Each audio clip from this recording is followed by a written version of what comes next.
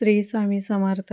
सर्व माझ्या मैत्रिणींना तर आपल्या व्हिडिओमध्ये सगळ्यांचं स्वागत आहे. तर आज जे आहे बघा, तर आज सकाळीच व्हिडिओ शूट केलेला आहे आणि म्हणजे मला नाश्ता बनवायचा होता. नाश्ता म्हणजे हेच आमचं जेवण असतं. नाश्ता म्हणजे तुम्ही कसं करता, तर लोकं डोसे वगैरे जे आहे तर बरेच जण नाश्ता म्हणून खातात, पण आम्ही नाही, आम्ही जेवण म्हणूनच बनवणार आहे मी ते.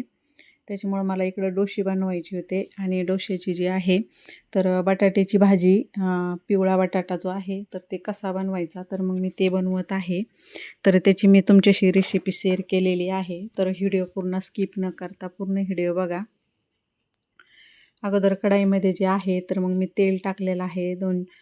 छोट्या-छोट्या 2 पळ्या तेल टाकलं आहे आणि त्याच्यामध्ये जिरा, मोहरी टाकून कांदा टाकून असा ब्राऊन कलर होईपर्यंत परतून घेतला आणि त्याच्यामध्ये जे आहे बघा, तर हिरवी मिरची आणि लसण आणि थोडेसे शेंगदाणे जे आहे तर त्याचं असं हे करून टाकलं आहे, पेस्ट करून. म्हणजे एकदम अशी बारीक नाही केलं, हे थोडंसं अर्धवटच असं हे केलं आहे, शेंगदाणे म्हणजे दिसतील असं.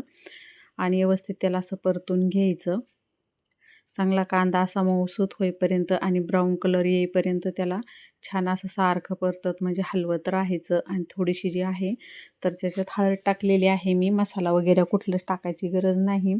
आता हे जे आहे तर मोठे मोठे बटाटे आहे, तर 4 बटाटे होते बघा. ते पण असे बारीक कट करून घेतले मी. उकडून घेतले अगोदर आणि उकडून घेऊन असे बारीक कट केला आहे बटाटा. म्हणजे एकदम असं बारीक कट करून घ्यायचा आणि नंतर जे आहे तर असं उलथण्याने बघा असं त्याला परत असं मॅश करायचं. कारण की थोडं जरी हे फोडी आपण करतो तर त्या राहिल्या तर मग असा नंतर मॅश करून घ्यायचा हा बटाटा. याच्यात कुठले दुसरे मसाले वगैरे मी काही ॲड केलेले नाही आहे. चवीनुसार त्याच्यामध्ये मीठ टाकायचं आहे, हिरवी मिरची आणि लसण याचाच वापर केलेला आहे आणि थोडेसे शेंगदाणे जे आहे तर ते टाकलेले आहे. कांदा परतून घेऊन बटाटा त्याच्यात एकदम असा मिक्स करून घ्यायचा आणि थोडंसं आता मी चवीनुसार मीठ टाकल्यामुळे ना थोडंसं पाणी सुटतं आहे भाजीला. नंतर असं मॅश करून घ्यायचा आणि चांगली त्याला वाफ येऊ द्यायची. आता मी वरतून जे आहे तर कढाईवरती झाकण ठेवलं. छान अशी त्याला एक वाफ येऊ दिली. हे बघा, छान आपला बटाटा जो आहे तयार झालेला आहे. आणि मग वरतून जे आहे तर हिरवी अशी छान कोथिंबीर टाकली. कढीपत्ता वगैरे असेल तर तुम्ही ते पण टाकू शकता त्याच्यामध्ये. पण जेव्हा मी डोश्याची भाजी बनवते, डोश्यासोबत बटाट्याची भाजी, तर ह्याच प्रकारे मी बनवते. पिवळीच बनवते. म्हणजे असं लाल मिरची पावडर टाकून वगैरे अशी लाल कलरची तशी भाजी नाही बनवते, अशी पिवळीच बनवते. आणि ही भाजी जी आहे डोश्यासोबत अशी भाजी खूप छान लागते खायला पण. ही अशी आपली भाजी जी आहे बघा, तर भाजी रेडी झालेली आहे. आता बनवायची आहे मला चटणी बनवायची आहे. तर याच्यासाठी मी थोडं खोबरं घेतलेलं आहे बघा. खोबरं कट करून घेतलं आणि ही जी आहे तर थोडीशी मी हरभऱ्याची डाळ जी आहे ती भिजत घातलेली होती. चांगली 2-3 तास डाळ भिजू द्यायची, म्हणजे छान अशी डाळ पण भिजल्या जाते. तर मी याच्यामध्ये डाळ टाकलेली आहे. शेंगदाणे वगैरे मी काही वापरणार नाही याच्यामध्ये. आणि पुदिना पण नव्हता, म्हणजे आता ह्या दिवसामध्ये थोडासा पुदिना पण मिळत नाही आहे. तर कढीपत्ता पण आहे ना, वरती फोडणीला टाकल्यापेक्षा आहे ना याच्यामध्येच टाकायचा. मी असाच कढीपत्ता पण आहे ना, तर डायरेक्टच मिक्सरलाच फिरवून घेते. कोथिंबीर पण तशीच हे करून घेते, म्हणजे त्याची पण पेस्ट करून घेते. कोथिंबीर आता माझ्याकडे आहे एक्स्ट्राची, म्हणून मग मी कोथिंबीर पण याच्यामध्ये भरपूर वापरलेली आहे. जेवढी तुम्ही कोथिंबीर, कढीपत्ता, पुदिना वापरता आणि तेवढी चटणी जी आहे तर खूप छान आणि चवदार लागते खायला पण. थोडीशी त्याच्यामध्ये जे आहे बघा, तर साखर टाकायची, थोडी टाकायची, एकदम जास्त नाही टाकायची. आणि हिरवी मिरची जी आहे तर मग मी त्याच्यामध्ये हिरव्या मिरच्या पण 2च टाकलेल्या आहे आणि लसण टाकलेलं आहे बघा. याच्यात 5-6 लसण पाकळ्या घेतलेल्या आहे. आणि आता याला जे आहे तर मिक्सरला बारीक पेस्ट बनवून घ्यायची याची याची एकदम बारीकच पेस्ट बनवायची, म्हणजे थोडीशी जाडसर नाही बनवायची, बारीक पेस्ट बनवून घ्यायची.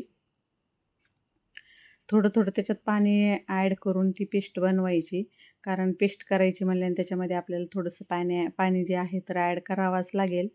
आणि मी जे आहे तर पूर्ण एकदाच टाकल्यामुळे ना, म्हणजे मिक्सरचं भांडं पण पूर्ण गच्च भरलेलं आहे. त्याच्यामुळे मी हळूवारच काढत होते. कारण जर काय होतं आहे, छोट्या भांड्यामध्ये जास्त तुम्ही मिश्रण टाकलं तर मग त्याचं ऑटोमॅटिकच झाकण खुललं जातं. म्हणून मी चालू बंद करून जे आहे तर चालू बंद करूनच ही चटणीचं जे मिश्रण आहे तर चालू बंद करूनच असं काढलेलं आहे बघा. आणि फुटाणे जर असले तर मग तुम्हाला डाळ पण टाकायची गरज नाही आहे किंवा मग याची डाळवं जर असलं तर मग ते असल्यानंतर पण आपल्याला डाळ टाकायची गरज नाही. पण ते नसल्यानंतर अशी थोडीशी डाळ भिजून जरी टाकली ना तर खूप छान चटणी होती. आणि शेंगदाण्याचा मी याच्यात कुठेही वापर केलेला नाही आहे. लसूण पण जास्त नाही घालायचा, नंतर मग लसणाचाच त्याच्यामध्ये वास येतो, म्हणून मी लसूण पण 5-6 पाकळ्याच घातलेला आहे लसूण पण त्याच्यामध्ये. तुमच्या आवडीनुसार ज्याला जसं आवडतं ते तसं त्याच्यामध्ये हे करतं. पण माझी जी पद्धत आहे तर ती मी तुम्हाला सांगते की मी अशा पद्धतीनं बनवते. आता जास्त काही मला म्हणजे काही जास्त प्रमाणात काही चटणी बनवायची नव्हती, म्हणून मग मी काही जास्त पाणी त्याच्यात ॲड केलेलं नाही आहे. थोडंसं मिक्सरचं भांडं जे आहे तर तेच थोडंसं धुवून घेतलं आणि तेच पाणी त्याच्यामध्ये ॲड केलेलं आहे. हे बघा छान अशी चटणी आपली झालेली आहे बघा. आता ह्या चटणीला जे आहे तर आपल्याला तडका द्यायचा आहे. तर मग आपण तडका जो आहे तर मी वरतून तडका द्यायचा आहे आता याला.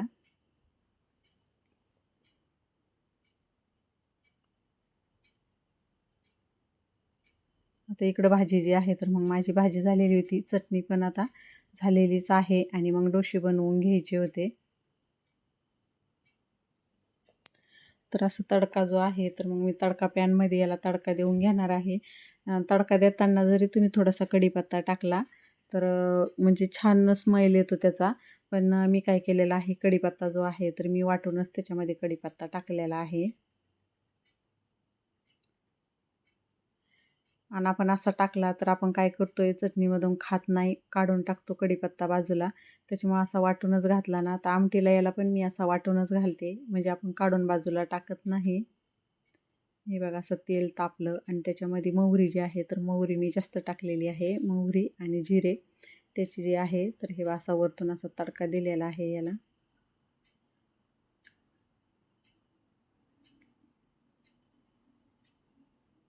जास्त काहीच याच्यामध्ये तुम्हाला कुठलेच हे घालायची गरज नाही आहे. जास्त मसाले वगैरे खूपच छान होती चटणी. अशा जर पद्धतीनं जर का चटणी बनवली तर.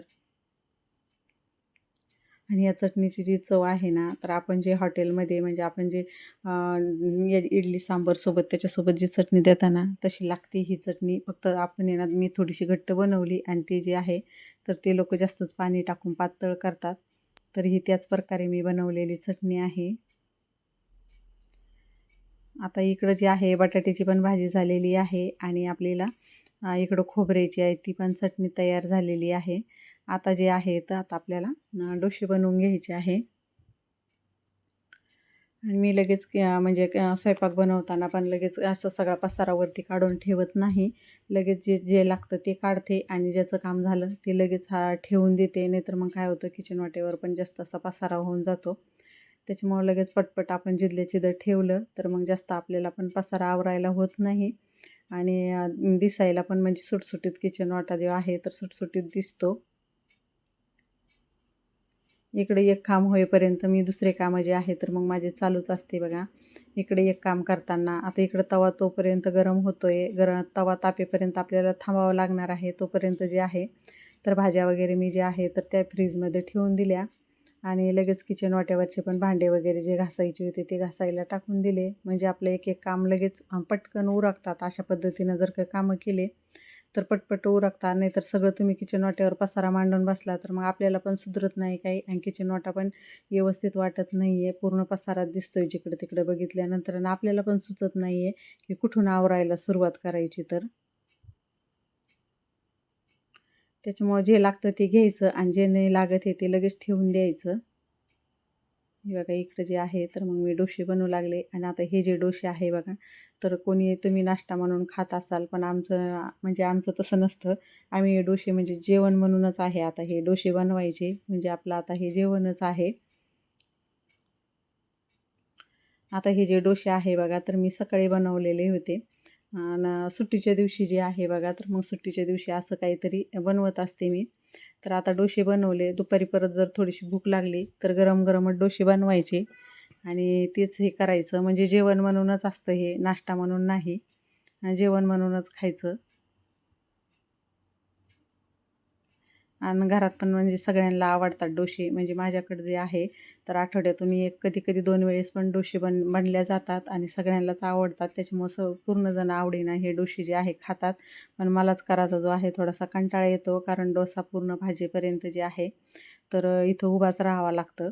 त्याच्यामुळं मला थोडासा कंटाळा येतोय डोसे बनवायचे म्हणल्यानंतर.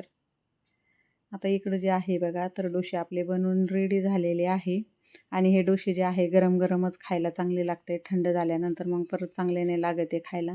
आणि तूप टाकून भाजले ना, तर म्हणजे एकदम छान अशी चव लागते बघा. एकदम टेस्ट जी आहे, तर ती भारी लागते.